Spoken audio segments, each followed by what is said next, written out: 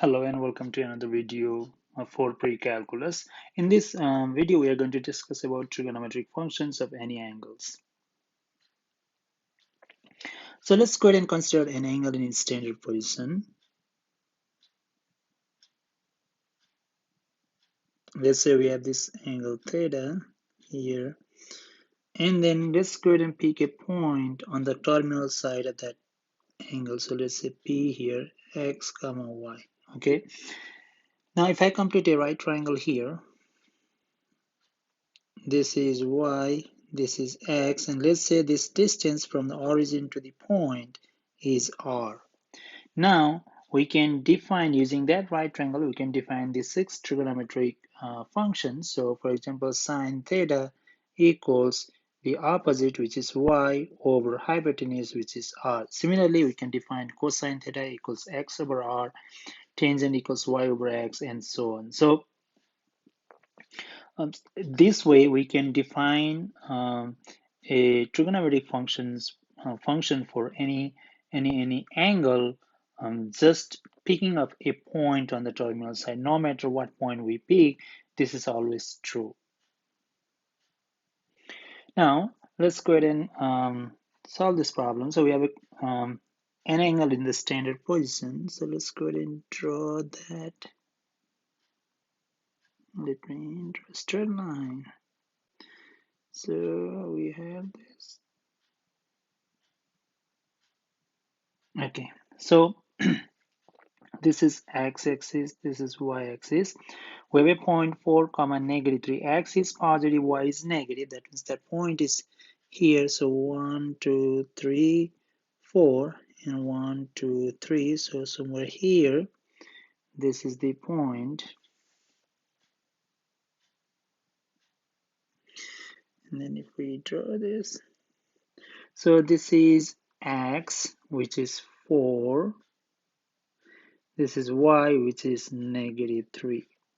Okay, now we can find r using the Pythagorean theorem. So r equals square root of x squared plus y squared, which gives us 16 plus 9 square root, and then that gives us, so it's 25, square root of 25 is 5. So we have x equals 4, y equals negative 3, and r equals 5. So now we can find all six trigonometric functions based on those values. So we have sine theta equals, sine theta is y over r. So y is negative 3 over r is 5. Similarly, we have cosine theta equals x over r, which is 4 over 5. Similarly, we have tangent theta equals y over x, which is negative 3 over 4. And then we have cosecant theta, which is the reciprocal of sine, so it's negative 5 over 3. Secant theta, which is reciprocal of cosine, which is 5 over 4. And then cotangent theta, reciprocal of tangent, which is negative 4 over 3. So this problem says if tangent theta is negative 8 over 7 and theta is in the second quadrant, let's go ahead and draw that angle. So it's in the second quadrant, so should be here. Okay, so we know that tangent theta equals y over x. So here we have y 8 and x is 7. So y is 8 and x is 7. Now in order to decide where does that negative go, we have to know that in second quadrant is y negative or x negative. So we know that in second quadrant x is negative, so that negative goes with 7, not with 8. Okay, and then now we can find r using the Pythagorean theorem. So r equals x squared, so square root of x squared, so which is negative 7 squared, which is 49, plus y squared, which means 8 squared, and that is 64. and that gives us r equals square root of, if we add these two, we get 113. Let me rewrite this. Square root of 130. So we have x equals -7, y equals 8, and r equals square root of 113. Now, using the definition, we have sine theta equals y over r, or y is 8, so 8 over square root of 113. Cosine theta equals x over r, or x is -7 over square root of 113. Then we have tangent theta equals y over x, or y is 8 over x is -7, so we can write negative right here. And then we have cosecant, we have cosecant theta,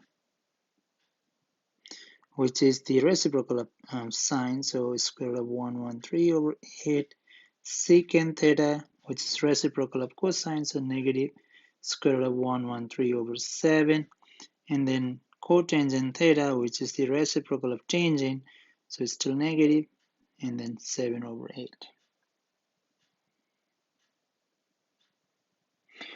So let's look at this problem. It says cosine theta is 4 over 5 and sine theta is less than 0. That means sine theta is negative, and we need to find all the other functions. So let's go ahead and draw this. Where is this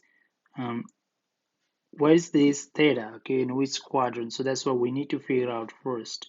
Otherwise, we won't be able to find the values. So now a cosine is positive here and sine is negative. So we know that in first quadrant all functions are positive. In second quadrant sine is positive, and then cosecant of course. In the third one tangent is positive and then cotangent. In fourth quadrant cosine is positive and secant. So now cosine positive means it's either in first or fourth quadrant. Now it says sine negative. Sine is not negative in the first one, so it must be in the fourth quadrant. So this angle theta is in the fourth quadrant. So we'll go ahead and draw that. Sorry, I erased that. Okay, now we'll go and draw that reference triangle here. So let's say that's the terminal side, and then we have cosine theta. We know that cosine theta equals x over r. So x is 4, r is 5. So x is 4, r is 5. Now we can find y. So y equals square root of 5 squared, which is 25, minus 4 squared, which is 16. And then we know it's in the fourth quadrant, so y must be negative.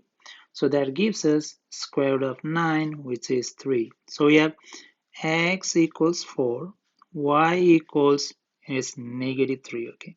So -3, and then r equals 5. Now using the definition, we can find sine theta equals y over r, which is -3 over 5.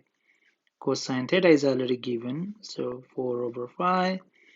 Tangent theta equals y over x, or -3/4. Then cosecant theta is the reciprocal of sine, so it's -5 over 3. Secant theta is the reciprocal of cosine, so it's 5 over 4. And cotangent theta is the reciprocal of tangent, so it's -4 over 3. So we found all the all 6 functions for that angle theta. So we'll just do this much for this video. I'll see you again in the next video.